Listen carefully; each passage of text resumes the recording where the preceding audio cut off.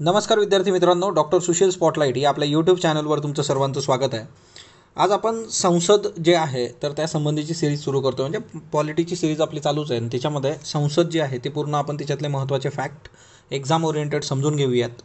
तर हिच्यामधला पहिला भाग आपण बघणार आहोत. हिच्यामध्ये एकंदरच संसद काय आहे, त्याच्यानंतर राज्यसभा लोकसभा याचं एक ब्रीफिंग आपण बघूयात आणि मग याच्यानंतर संसद कंप्लीट करूयात एक एक येणाऱ्या पार्ट्समध्ये.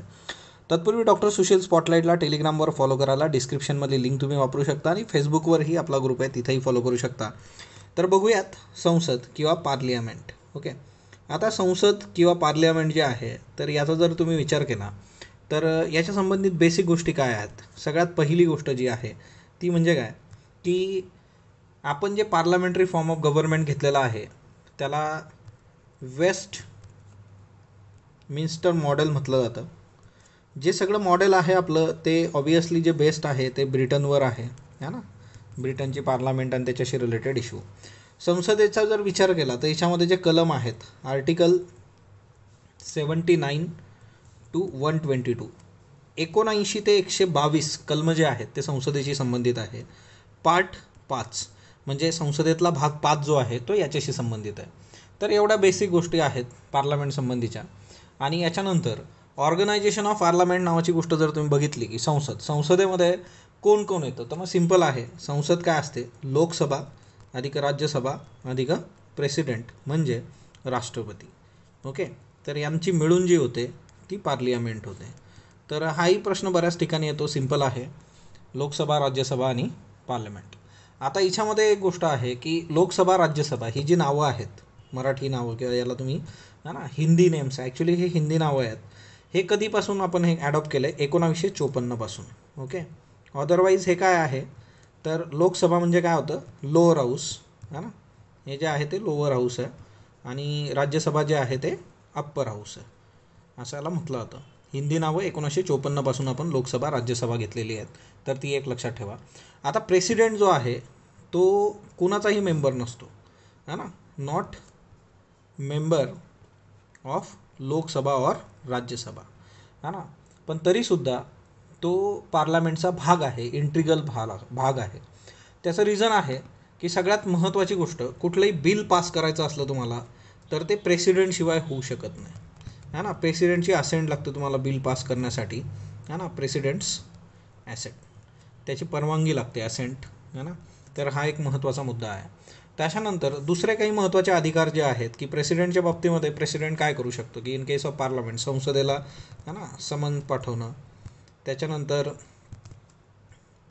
प्रोरोग्स जे काय आहे है ना दुसऱ्या दोन्ही हाऊसेसला, त्याच्यानंतर लोकसभा डिझॉल्व करायची असली तर ते अधिकारसुद्धा कुणाकडे आहेत तर ते प्रेसिडेंटकडे आहेत.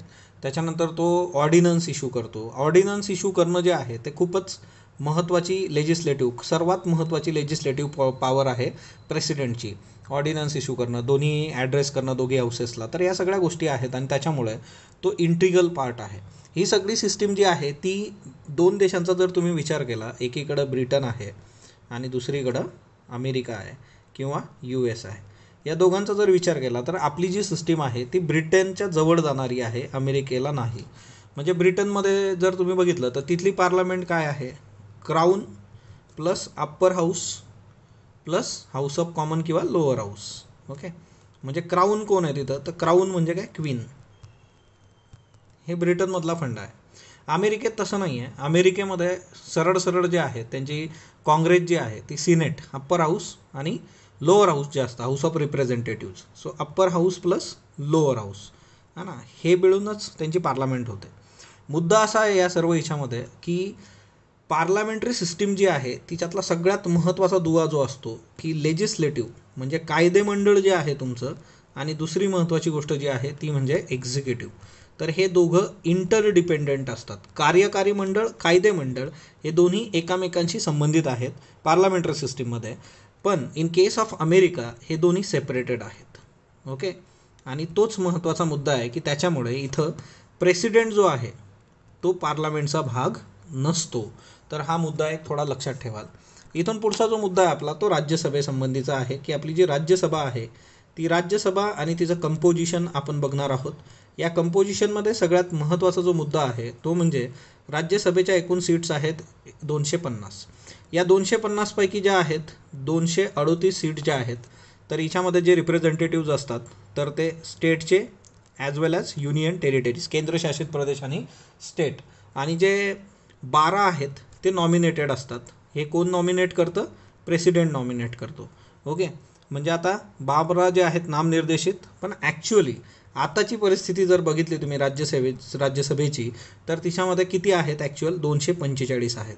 मग या 245मध्ये इथं जे काही डिस्ट्रीब्युशन आहे ते कसं आहे, तर 229 है ना जे आहेत ते स्टेट्सचे आहेत, 4 जे आहेत ते युनियन टेरिटरीजचे आहेत, आणि 12 जे आहेत तर ते नॉमिनेटेड आहेत. ओके, सो हा एक मुद्दा लक्षात ठेवा. आत्ताची सध्याची परिस्थिती जी आहे ती 245च सीट्स तिथं आहेत. आता हा जो नॉमिनेटेडचा मुद्दा आहे तो आपण लक्षात घेऊयात. हे जे 12 नॉमिनेटेड सीट्स असतात, हे 12 नॉमिनेटेड सीट्स जे असतात ते कोण नॉमिनेट करतं? प्रेसिडेंट करत असतो, है ना. जसं आता रंजन गोगोईंचा इश्यू झाला बघा, आपले जे है ना former chief justice of India होते, त्यांना राज्यसभेचं सदस्यत्व देण्यात आलं, तर तो एक मुद्दा होता. तर 12 लोक वेगवेगळ्या याच्यातून हे येतात, प्रेसिडेंट कशातून, कुठल्या कुठल्या क्षेत्रातून नॉमिनेट करतो? एक तर लिटरेचर, साहित्य, त्याच्यानंतर दुसरा जो मुद्दा आहे तो म्हणजे कला क्षेत्र, आर्ट, त्याच्यानंतर सायन्स, है ना, सचिन तेंडुलकरला केलं होतं बघा. त्याच्यानंतर सोशल सर्व्हिस, सामाजिक जे काही सेवा देतात लोक, समाज कल्याण वगैरे, तर या क्षेत्रांमधून 12 लोक जे आहेत ते तिथं जातात, म्हणजे नॉमिनेट केले जातात. तर आता राज्यसभेच्या बाबतीमध्ये आपण राज्यसभा बघतोय. राज्यसभेमध्ये सगळ्यात महत्त्वाचं इलिजिबिलिटी, पात्रता काय असते? 30 इयर्स तुमचं वय जे पाहिजे राज्यसभेमध्ये. जर तुम्हाला जायचं आहे, इलेक्शन लढायची आहे राज्यसभेची, तर त्याच्यासाठी बेसिक आहे तुमचं एज जे आहे ते मिनिमम 30 इयर्स पाहिजे. त्याच्यानंतर तुम्ही सिटिझन ऑफ इंडिया पाहिजे. ओके, भारताचे नागरिक तुम्ही असायला पाहिजेत. आता याचं जर सरळ कंपॅरिझन आपण केलं तर इन केस ऑफ लोकसभा किती आहे, तर हीच गोष्ट लोकसभेच्या बाबतीत जर तुम्ही बघितली तर लोकसभा इथं 25 वर्ष, 25 इयर्स. याचं कंपॅरिझन सायमल्टेनियसली केलं तर. दुसरी महत्त्वाची गोष्ट की सिटिझन ऑफ इंडिया तर तुम्ही पाहिजे, इथंही सेम आहे, सिटिझन ऑफ इंडिया असणं अपेक्षित आहे. आणि दुसरी महत्त्वाची गोष्ट जी आहे की लोकसभेच्या बाबतीत एक गोष्ट असते की तुम्ही रजिस्टर्ड वोटर पाहिजे तुमच्या कॉन्स्टिट्युएन्सीमध्ये, है ना. रजिस्टर्ड वोटर म्हणजे तुम्ही रजिस्टर्ड पाहिजे ज्या कॉन्स्टिट्युएन्सीमधून तुम्हाला लढायचं आहे. Okay, voter in any constituency. Okay, तर हे तुमच्या मतदारसंघामध्ये तुमचं नाव पाहिजे. तर हा एक फार महत्त्वाचा मुद्दा आहे इन लोकसभा. राज्यसभेत तसं असतं का? नाही, काही गरज नाही आहे. म्हणजे मनमोहन सिंग बघा कुठून राज्यसभेवर गेलेले आहेत, ॲक्च्युली ते आहेत कुठल्या आणि जातात. सो तसा काही मुद्दा तिकडं नाही आहे, तर तो एक मुद्दा लक्षात ठेवा. त्याच्यानंतर दुसरी महत्त्वाची गोष्ट की राज्यसभेच्या बाबतीमध्ये दुसरा महत्त्वाचा मुद्दा आहे की नो ऑफिस ऑफ प्रॉफिट. आता ऑफिस ऑफ प्रॉफिट जे आहे की ज्याच्यावर तुम्हाला एकतर काही रिम्युनरेशन मिळतं गव्हर्नमेंटकडून. आता याची अशी खूप प्रॉपर डेफिनेशन नाही आहे, पण तुम्हाला गव्हर्नमेंटकडून काहीतरी मॉनिटरी गेन होतं आहे, अशा पदावर तुम्ही आहात, तर हे ऑफिस ऑफ प्रॉफिट वगैरे. ओके, आता दुसरा मुद्दा जो आहे राज्यसभेच्या बाबतीमधला, तर राज्यसभेमध्ये इलेक्शन कसं होतं, तर इलेक्शनची जी पद्धती इथं आहे ती म्हणजे प्रपोर्शनल रिप्रेझेंटेशन. ओके, सो हा एक खूप महत्त्वाचा मुद्दा आहे. Proportional representation by single transferable vote. तर राज्यसभेच्या बाबतीमध्ये हे अशा पद्धतीने होतं. आता याच्यामध्ये काय ना, एकतर हे इनडायरेक्ट इलेक्शन आहे. ओके, राज्यसभेचं जे इलेक्शन आहे हे इनडायरेक्ट इलेक्शन आहे, आणि याच्यामध्ये जे वोट करणारी लोकं असतात म्हणजे खरं तर ते कोण असतात? MLAs असतात, है ना, elected by MLAs of state, है ना. तर ही एक गोष्ट लक्षात ठेवा. आणि हे इनडायरेक्ट इलेक्शन आहे. डायरेक्ट इलेक्शन इकडं आहे, आणि इथं मग जी पद्धत वापरली जाते तिला तुम्ही मग फर्स्ट पास पोस्ट सिस्टीम जी काही आहे तर ती लोकसभेच्या बाबतीमध्ये आहे. तर डायरेक्ट इलेक्शन इथं असतं, आणि डायरेक्ट इलेक्शनच्या बाबतीतली इथली जी पद्धत आहे ती म्हणजे काय, first pass the post system. म्हणजे याच्यामध्ये सिंपल असतं की जितके लोक उभे राहतील, ज्याला जास्त मतं मिळतील तो निवडून येतो. तर तो एक मुद्दा आहे. हे जे आहे हे इनडायरेक्ट इलेक्शन आहे, तर तोही एक मुद्दा लक्षात ठेवा, है ना. त्याच्यानंतर दुसरी महत्त्वाची गोष्ट जी आहे की जे सीट्स ॲलोकेट केले जातात राज्यसभेचा, जर तुम्ही राज्यसभेचा विचार केला तर जे सीट्स ॲलोकेट केलेले आहेत तर त्याचा जो बेस आहे तो काय आहे, पॉप्युलेशन, लोकसंख्येच्या आधारावर सीट अलोकेट केलेले असतात. तर ती एक गोष्ट लक्षात ठेवा. त्याच्यानंतर युनियन टेरिटरीजचं रिप्रेझेंटेशन याच्यामध्ये आहे का, तर हो, युनियन टेरिटरीजचा तुम्ही जर विचार केला तर याच्यामध्ये युनियन टेरिटरीजला सुद्धा रिप्रेझेंटेशन आहे. आणि त्याच्यामुळे एक गोष्ट जी आहे ना, पॉप्युलेशनचा ज्यावेळेस तुम्ही विचार करता तर यूपीची पॉप्युलेशन जास्त आहे बघा. तर यूपीला जवळपास 31 सीट्स आहेत. तेच जर तुम्ही बघायला गेला त्रिपुरा जे आहे आपलं, तर त्रिपुराला फक्त 1 सीट आहे, कारण त्या पॉप्युलेशनचा इश्यू आहे. तर तो एक. आता USA हीच जर गोष्ट तुम्ही कम्पेअर केली है ना, तर USA काय ना, अमेरिकेमध्ये, तर अमेरिकेमध्ये पॉप्युलेशन वगैरे काही संबंध नाही आहे. 50 स्टेट्स आहेत तिथं, 50 राज्य आहेत, प्रत्येक राज्यातून 2 सीट्स, असे एकूण 100 सीट आहेत. आपल्याकडं कसला क्रायटेरिया आहे, लोकसंख्येचा क्रायटेरिया. आता युनियन टेरिटरीचा जर तुम्ही विचार केला तर युनियन टेरिटरीमध्ये पण अशाच पद्धतीने इनडायरेक्ट इलेक्शन होतं. आणि याच्यामध्ये 3 युनियन टेरिटरीज आहेत ज्यांना राज्यसभेमध्ये रिप्रेझेंटेशन आहे. दिल्ली आहे, त्याच्यानंतर दुसरा आहे पुडुचेरी, आणि तिसरा आहे ते म्हणजे आताचं जम्मू काश्मीर. तर हा एक खूप महत्त्वाचा मुद्दा आहे. आता याचा इश्यू असा आहे ना, की जुनं जर तुमच्याकडे ॲडिशन असेल तर त्याच्यात कदाचित जम्मू काश्मीर ॲड नसेल, तर ते करून घ्या. हा खूप महत्त्वाचा एक आस्पेक्ट आहे. ओके. आता बाकीच्यांना का नाही आहे युनियन टेरिटरींना, तर त्यांची पॉप्युलेशन खूप कमी आहे, है ना. पॉप्युलेशन इतकी कमी आहे की त्यांना आपण सीट देऊ शकत नाही. हा एक मुद्दा आहे. ओके. तर हे एक लक्षात ठेवा. आणि नॉमिनेटेड मेंबरच्या बाबतीत बघा, USA मध्ये नॉमिनेटेड मेंबर्स नसतात. तर हाही एक मुद्दा लक्षात ठेवायचा. In case of USA, no nominated members, है ना. जे काही त्यांचं अप्पर हाऊस आहे तर तिच्यामध्ये नॉमिनेटेड मेंबर्स नाही. आपल्याकडे 12 नॉमिनेटेड मेंबर्स आहे. त्याच्यानंतर पुढचा जो आपला मुद्दा आहे तो म्हणजे काय, की हे जे राज्यसभा आहे तर त्याच्यासाठी 4th शेड्यूल आहे बघा, है ना. 4th schedule. आता हे जे 4th शेड्यूल आहे, 4थं परिशिष्ट, हिच्यामध्ये सांगितलेलं आहे की ॲलोकेशन ऑफ सीट्स, जे काही सीट आहेत, है ना, allocation of seats in Rajya Sabha to the states and UTs. तर हा एक खूप महत्त्वाचा आस्पेक्ट इथं लक्षात ठेवा. 4थं परिशिष्ट जे आहे तर ते राज्यसभेमध्ये कशा पद्धतीने सीट ॲलोकेट झाले पाहिजे स्टेटचे आणि मग केंद्रशासित प्रदेशांचे, तर ते सांगणार आहे. तर हे MCQ करता. आता खरं तर तुमचे सगळे परिशिष्ट पाठ पाहिजेत, त्याच्यात कसलाही वाद नाही आहे. तर ती एक गोष्ट लक्षात ठेवा. आता राज्यसभेबद्दलचे काही महत्त्वाचे आस्पेक्ट जर आपण बघायचे म्हटले तर काय काय येतं बरं. एक सगळ्यात पहिली गोष्ट, याचे जे 1/3 मेंबर्स असतात ते रिटायर एव्हरी सेकंड इयर, है ना. 1/3 member retire every second year. आणि हे परमनंट आहे. राज्यसभा काय आहे ना, हे परमनंट आहे, हे डिझॉल्व होत नाही. हाऊस जे आहे ते परमनंट आहे. तर ते एक लक्षात ठेवा. आता हे जे रिटायर झालेली लोक आहेत दर 2 वर्षांनी, तर ही परत निवडणुकीसाठी इलिजिबल असतात का, तर येस, है ना, रिइलेक्शनसाठी इलिजिबल आहेत. आता याचा पण मुद्दा बघा. आता आपले जे है ना, की राज्यसभेचे जे काही वाईस चेअरमन आहेत आता, तर ते चेअरमन निवडून आलेले आहेत. तिच्यात पण होतं ते डबल झालेत. 18 नंतर त्यांची टर्म संपली होती, परत ते 20मध्ये आपण निवडून आलेत. म्हणजे न्यूजपेपरमधूनही ह्या गोष्टी आपल्याला क्लिक होत असतात. त्याच्यानंतर यांचं जे टेन्युअर असतं राज्यसभेमध्ये, जे MP आहेत यांचं टेन्युअर किती आहे, 6 इयर्स. हे कॉन्स्टिट्यूशनमध्ये सांगितलेलं आहे का, नाही. मग हे कशातून आलं, तर हे representation of people's act. Okay. आणि हा रिप्रेझेंटेशन ऑफ पीपल्स ॲक्ट जो आहे तो 1951चा आहे. तर हाही खूप महत्त्वाचा मुद्दा आहे. ओके. आणि याचे जे चेअरमन म्हणजे हे असतात प्रेसिडिंग ऑफिसर्स, त्यांना आपण चेअरमन म्हणतो अँड व्हाईस चेअरमन म्हणतो. तर या 2 गोष्टी लक्षात ठेवा. आता सगळ्यात महत्त्वाची गोष्ट, की राज्यसभेचा जर विचार केला तर यांचं काय ना, की यांचं फेडरल स्ट्रक्चरशी रिलेटेड आहे. कारण राज्य आणि संघराज्य प्रणाली जी आहे, केंद्र आणि राज्य. त्याच्यानंतर दुसरा एक महत्त्वाचा मुद्दा जो आहे यांच्या बाबतीमध्ये, राज्यसभेच्या बाबतीत, तो काय आहे, की आर्टिकल 249. आर्टिकल 249 तुम्हाला काय सांगतं, की पार्लियामेंट स्टेट लिस्टच्या सब्जेक्टवर कायदा करू शकते. Okay. Parliament can make law on state list. तर हे 249मध्ये सांगितलेलं आहे कलमामध्ये. दुसरं महत्त्वाचं जे आहे, की आर्टिकल 312, ऑल इंडिया सर्व्हिस जे आहे ते क्रिएट करू शकतं. त्याच्या संबंधीचं रिझोल्युशन जे आहे तर ते राज्यसभेत पास होणं गरजेचं आहे. ऑल इंडिया सर्व्हिस है ना, create all India service by Rajya Sabha, हे सगळं जे आहे ते राज्यसभेचं आपण बघतोय. त्याच्यानंतर दुसरी महत्त्वाची गोष्ट जी आहे की आर्टिकल 67 है ना, रिमूव्हल ऑफ व्हाईस प्रेसिडेंट.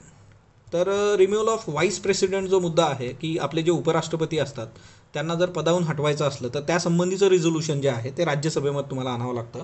आणि एकदा ते राज्यसभेत इंट्रोड्यूस झालं की त्याच्यानंतर लोकसभा त्याला संमती देऊन ते वर्क करू शकतं. त्याच्यानंतर जर लोकसभा डिझॉल्व असेल, ओके, लोकसभा जी आहे आपली तर ती डिझॉल्व असेल तर इन दॅट केस यांच्याकडे अधिकार असतात की ते काय करतात, they can approve emergency. Okay, they can approve emergency. तर हा एक महत्त्वाचा मुद्दा आहे. त्याच्यानंतर दुसरी महत्त्वाची गोष्ट आहे की एकंदरीतच जर एखादं डिफेक्टिव्ह लेजिस्लेशन असेल, म्हणजे एखादा कायदा आहे की तिच्यामध्ये जर काही डिफेक्ट्स आहेत तर ते डिफेक्ट्स बघण्याचं कामसुद्धा लोकसभा करू शकते. सॉरी, जे काही लोकसभेद्वारे बनलेला डिफेक्टिव्ह कायदा आहे तर ते बघण्याचं काम कोण करतं, राज्यसभा, तेही बघू शकतात. तर हे राज्यसभेसंबंधीचे महत्त्वाचे काही मुद्दे होते, तर ती एक बाब लक्षात ठेवा. आता पुढचं जे आहे आपलं ते लोकसभा. लोकसभेबद्दल आपण महत्त्वाचे जे फॅक्ट्स आहेत ते बघूयात. लोकसभेचा विचार करतात तर लोकसभेमध्ये सगळ्यात महत्त्वाची गोष्ट जी आहे, एक तर तुम्हाला सांगितलं आधीच मी है ना, लोअर हाऊस आहे, डायरेक्टली इलेक्टेड असतं वगैरे वगैरे. आता याच्यात दुसरा जो मुद्दा आहे आपला की युनियन टेरिटरीज. बघा, लोकसभेमध्ये केंद्रशासित प्रदेशांना जे काही प्रेझेंटेशन दिलेलं आहे, प्रतिनिधित्व दिलेलं आहे, त्याचा आधार काय आहे तो लक्षात ठेवायचा. तो आहे union territories direct election, okay, to the house of people, house of people act 1965. बघा, हा खूप महत्त्वाचा मुद्दा आहे. इथं याच्यावर प्रश्न विचारला जाऊ शकतो की जे काही डायरेक्ट इलेक्शन, बघा आपण बघितलं की इथं काय होतं, डायरेक्ट इलेक्शन होतं, प्रत्यक्ष निवडणूक जी आहे, आणि त्याच्यामध्ये फर्स्ट है ना पोस्ट सिस्टम जी आहे. तर त्याच्याकरता सर्वात महत्त्वाचा मुद्दा जो आहे की युनियन टेरिटरीज, केंद्रशासित प्रदेशांना याच्यामध्ये जे रिप्रेझेंटेशन आहे तर ते संविधानाच्या याच्यातनं नाही, तर union territory direct election to the house of people act 1965 या कायद्याद्वारे त्यांना प्रतिनिधित्व आहे लोकसभेमध्ये. दुसरी महत्त्वाची गोष्ट की यांची जी स्ट्रेंथ आहे, तर ही स्ट्रेंथ आहे लोकसभेची जी आहे आपली, तर ती आहे ॲक्च्युअली 552. याच्यातले जे आहे 530 जे आहेत तर ते स्टेटचे आहेत. त्याच्यानंतर 20 जे आहेत ते युटीचे आहेत आणि 2 अँग्लो इंडियन आहेत. ओके, हे नामनिर्देशित. आता बघा, अँग्लो इंडियन जे आहे त्यांचा कार्यक्रम झालेला आहे आणि याच्या संबंधीचं घटनादुरुस्ती कुठली ती तुम्ही मला सांगणार आहात, जी आपण ऑलरेडी बघितली आहे. सो आता इथून पुढं जे काही नॉमिनेशन होतं अँग्लो इंडियनचा त्याचा संबंध संपलेला आहे. आता सिच्युएशनमध्ये प्रेझेंटली किती आहेत, तर प्रेझेंटली जी संख्या आहे आपल्या संविधानाची संसदेमध्ये लोकसभेमधली तर ती आहे 545 मेंबर्स. ओके, सो हे आहेत 545. ॲक्च्युली आहेत 552, आता सध्या 545. त्यातल्या त्यात पण हे 2 अँग्लो इंडियन जे आहेत है ना, तर ते 2 अँग्लो इंडियन जे आहेत ते आपण कमी केलेले आहेत. आणि हे 545चं कसं डिस्ट्रीब्युशन आहे, तर 545चं डिस्ट्रीब्युशन आपण बघूयात. 545च्या डिस्ट्रीब्युशनमध्ये जे आहे की 530 जे आहेत ते स्टेटचे कॅन्डिडेट्स आहेत उमेदवार, 13 जे आहेत ते युनियन टेरिटरीजचे आहेत आणि 2 अँग्लो इंडियन. तर आता हे अँग्लो इंडियन पण गेलेत. मग आता जी सध्याची सिच्युएशन आहे ती 543ची आहे. तर हे एक लक्षात ठेवा.